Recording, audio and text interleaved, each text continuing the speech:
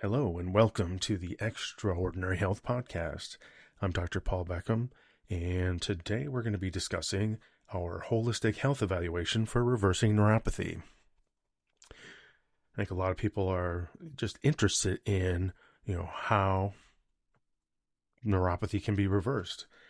Currently, current conventional medicine, the approach that they take is to just give you medications to just help deal with some of the symptoms, whether it be from some of the nerve pain or the inflammation that possibly is going on. The problem is that it's just covering up the symptoms. Well, with our holistic health assessment here, we're going to get down to that root cause of the problem so that we can actually reverse and hopefully possibly even resolve your neuropathy. So we have a very structured approach to this evaluation. And with the initial evaluation, we're going to go through obviously your history and symptoms that you've had going on. We're going to go through, your lifestyle and different habits that you have, including your dietary habits and nutrition habits. With those, I guess getting back to the medical history, we're going to make sure that we're understanding exactly when the neuropathy started bothering you, how long it's been bothering you, how severe the symptoms have been, and try and figure out, if there's any known causes for the neuropathy there, whether it be, possibly diabetes, chemotherapy, alcohol use, exposure to chemicals or heavy metals that might be causing some of the neuropathy. As far as the lifestyle and dietary habits, we're going to sit down and look at your diet. Hey, maybe you're lacking certain nutrients or vitamins and minerals because, hey, maybe you've eaten that SAD diet, the standard American diet, and it's just not loaded with the nutrients that you need to keep your body healthy. Also, how physically active are you? Has there been some alcohol consumption, which possibly has caused some vitamin deficiencies? There's smoking or exposure to toxins, all of which can, feed into neuropathy here. Even the medications that are given for neuropathy, oddly, can cause neuropathy. Next, we'll get into your physical exam. With your physical exam, we're going to be doing a sensory exam to just determine just how significantly you are affected. So we have a pretty good idea, just percentage-wise, of how much sensory loss that you have. Besides that, we're also going to do a motor test. We're going to run through and kind of check you head to toe to just see how well are the muscles and tendons working in your body. Because if you've had some just overall weakness, and if it's been there for a prolonged period of time, over 2 years, sometimes the chances of getting that back is pretty low. Also, we're going to test, things like your reflexes, and, if there's indications, and usually with most people with neuropathy, if we do find with the sensory exam that you do have some sensory loss, we're going to run some neurodiagnostic testing to call the pseudomotor test, just to determine, are you even having symptoms then showing up not just in your peripheral nerves, but also with your autonomic nerves. So the nerves that are going to all your internal organs and all that.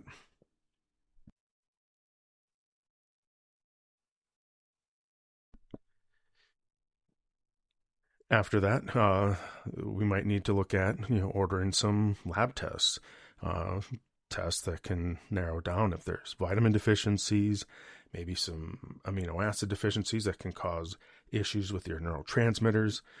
Is there, some diabetes or blood sugar problems going on? Is your thyroid functioning properly? All of these can lead to neuropathy. Other things that we can do here is, a detailed just nutritional analysis. There's a very good test. It's actually a urine test that we can have you perform just right at home. And that'll give us an idea of the deficiencies that might be present, including B vitamins, again, those amino acids for nerve transmitters and all that. If you're lacking even other vitamins that can be linked to nerve damage. The other big thing we also need to look at after that is, how well are you controlling your blood sugars? If you do have diabetes going on, maybe you're a pre-diabetic, maybe you do have type 2 diabetes, or maybe even have type 1 diabetes. My wife at 46 was diagnosed with type 1 diabetes, so this is why I even started to look into neuropathy treatment at the time, because if she's got type 1 diabetes, there's things that she might possibly run into down the road. I already did have some of the equipment to treat it, and have just seen patients suffer with it, I guess, over the years, and I just didn't want to have that be a fate that she'd be set up for. But we'll get into that later. Other big things here that we can even add into some of these lab tests is to evaluate whether you've had some exposure to some heavy metals that can even cause issues with the nerves and causing neuropathy again. Sometimes it gets down to even just stress and emotional health. People these days are underneath chronic stress. They even have some depression. The more you're stressed, that stresses your hormone system, and you can start to be depleted in some of the things that you even need to build those, or even some of the precursors there. So it might be that we need to even look at ordering a hormone test to determine exactly where you're affected, see if you need, again, possibly some essential fatty acids, amino acids, or other precursors to help get those back in line. The other big thing, after a while is, just how much physical activity can you do? Most people, if they get out to the point where they're severely affected by neuropathy, just thinking about getting out of bed is a chore, especially when they haven't been able to sleep all night long because their feet, are not only numb and tingly. I've had patients describe their feet as feeling like hamburger, and just the weight of the sheets on them, it just is completely aggravating, and then causes issues with them as far as even being able to sleep at night. So after we have all that information, we can kind of put that together then and determine what kind of treatment we need to do for you. So then a full holistic management plan might consist of dietary modifications. Again, usually we're going to be going for a anti-inflammatory type diet.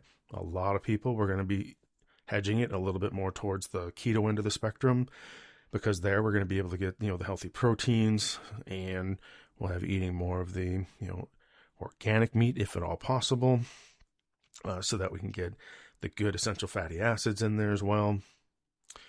We're also going to look at any kind of vitamins that you might be deficient in. Hopefully we can get that addressed through the diet. Typically we're going to want to have you eat a lot of vegetables that are of various different colors. All those colors typically are telling you that you're actually eating different types of vitamins and minerals then. So the more colorful of a diet that you can eat, the more you're going to be getting those nutrients in through your diet.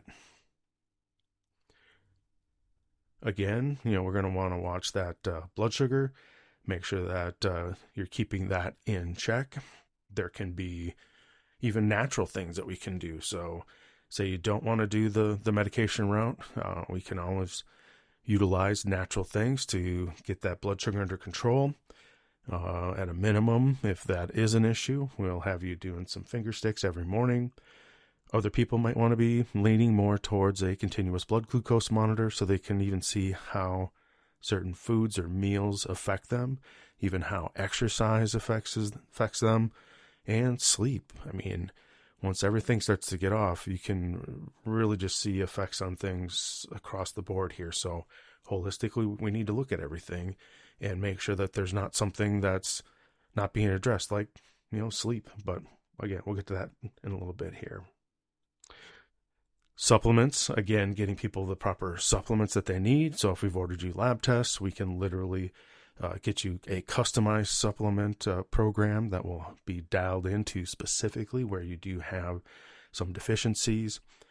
Other people, we can utilize some questionnaires and have a pretty good idea of what we need to do. And there's various I would say, medical foods that we could be utilizing here to help get you back up to the levels where you should be at there. And you can be feeling really healthy within a few short weeks. The next big thing here is just, lifestyle adjustments. I mean, probably like reducing or eliminating alcohol intake, quitting smoking, and, avoiding exposure to toxins.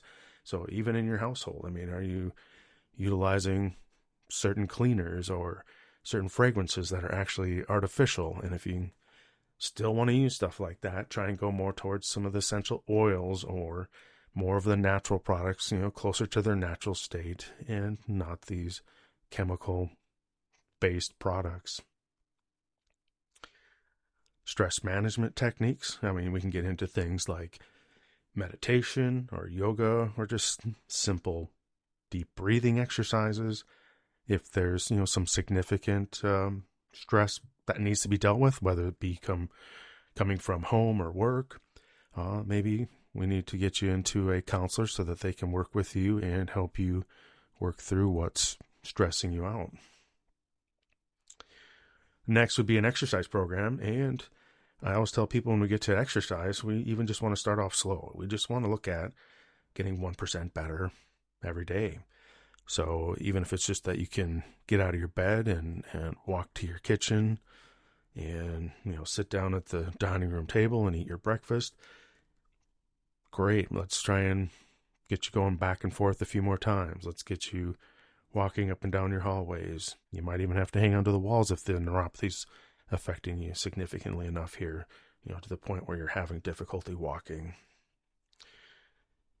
Again, just slow increases over time, and those slow increases of 1% start to compound, and you see bigger and bigger changes, and pretty soon, a month, 2 months, 3 months down the road, you just won't even recognize yourself from where you are at today. Sometimes we can look at, some alternative therapies here. Some of the things that we've been using in the office are massage therapy. We like a percussive massager. We can do some little focused shockwave therapy is probably our biggest thing. If we want to get into some of the main therapies that we use in the office here, it actually helps to decrease pain and inflammation. It reduces the swelling, and it helps to improve, blood flow to the tissues, especially in the hands and feet where the neuropathy can be affecting you there. The first therapy that we've used, and it continues to be, probably the only one that I've seen that can help improve the blood flow the best, it's our class 4 laser therapy. When I originally started off, I had a 5-watt laser, and then a few years after that, and I went back over 10 years ago with that one. A few years after that, we got a 20-watt laser, which helped out a lot. And now we have a 100-watt laser, and for patients to come in and get treated, it can take anywhere from 12 to 15 minutes now, which would take about an hour with the previous laser, and people would have to come in and just get certain limbs treated when we had the 5-watt laser in the past. So other therapies are PEMF therapy, which can be super helpful in just getting your cells charged back up again so that you can literally have them start to function normally again. Typically in the office, we run it more to help detox things and clear things out of your system, as well as to help normalize the nerve tissue. We also have, spinal decompression for patients that do come in and that possibly have some degenerative discs or some osteoarthritis going on in their spine that is possibly affecting the nerves right where they're exiting the spine.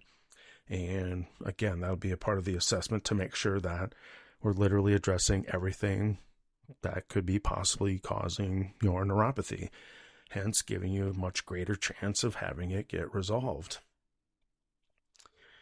At-home therapies, that would be probably the next biggest thing here too, is we have some at-home therapies. We have the anodyne, which is a light therapy that helps to stimulate blood flow that you can be using yourself in the mornings. You're going to run it for a half an hour on each foot. There's also the Rebuilder, which is a nerve stimulator. It works very similar to our PEMF, completely different than a TENS unit. I've seen some of those units out there. Those are just going to work like the medications, your TENS units. But this rebuilder was designed by NASA to help heal wounds in space. And it actually, like I say, runs very similar to our PEMF therapy that we have in the office. We can also run that frequency in the office for the patients that don't want to do the at-home care.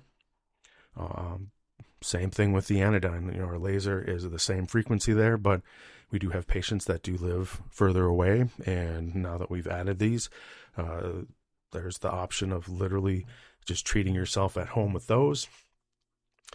And, long term, again, let's get into, we want to be able to monitor this and see that this is getting better and better on a regular basis here. So if you're coming in and getting treating in the office, you're going to get reevaluated every approximately 30 days just to make sure that we are restoring that sensory aspect there. So hopefully we'll see it. If it was at a 78% loss, hopefully we see it dropping down into the, getting lower and lower all the time. I would say we just had a patient that in 90 days now has went from, I think the worst was a 78% loss in, I think it was both feet, and is now down to below, just has normal sensation back for every area, both hands and feet, except for her left foot, which she has about a 5% loss. So pretty much back to normal in a 90-day period of time, coming in and doing the clinic therapies, as well as she's been doing her at-home therapy. So if a person is just going to be doing at-home therapies there, we do recommend that you come in and get your initial evaluation just so we can baseline it and see where you're at. And then we would have you follow up at 90 days as well as at 180 days. And then we would follow up every 6 months after that if you're in the more moderate to severe or, extreme end of the spectrum here, just to make sure that the neuropathy is not coming back. So I hope that gives you a fairly clear picture of, what happens when we're treating neuropathy in our office. And if you do have any questions at all, feel free to contact the office at 701-356-0016. Otherwise, you can go to our website, allseasonsintegrative.com. There is another shortcut website where you can go to Fargo-PN for peripheral neuropathy, so FARGOPN.com. And that'll take you right to our neuropathy page there. So if you want to come in, you can always come in. We do have free seminars periodically, throughout the year here. And we'll go over, basically kind of what we went over here today, but a little bit more in depth so you can understand the whole evaluation process and the treatment process. And that is free to the public. They can come in and get a good idea if this is something you maybe want to move forward with. If it is, we do have an initial consultation that is $49, where you can come in and just get the initial assessment to determine if you have neuropathy going on. And if you do have neuropathy going on, then, our case manager would probably recommend that you're going to follow through with a, full-blown neuropathy exam, just so we can get the severity down and determine what other factors are going on so that we can get you the most complete treatment plan to help reverse your neuropathy and get you to finally feel good and live your full potential. So once that's done, we'll outline the treatment plan for you there so that you can know exactly how long it's going to take, what things are going to be like for follow-up, and even how much it's going to cost. So thank you for listening, and we'll see you in the next podcast.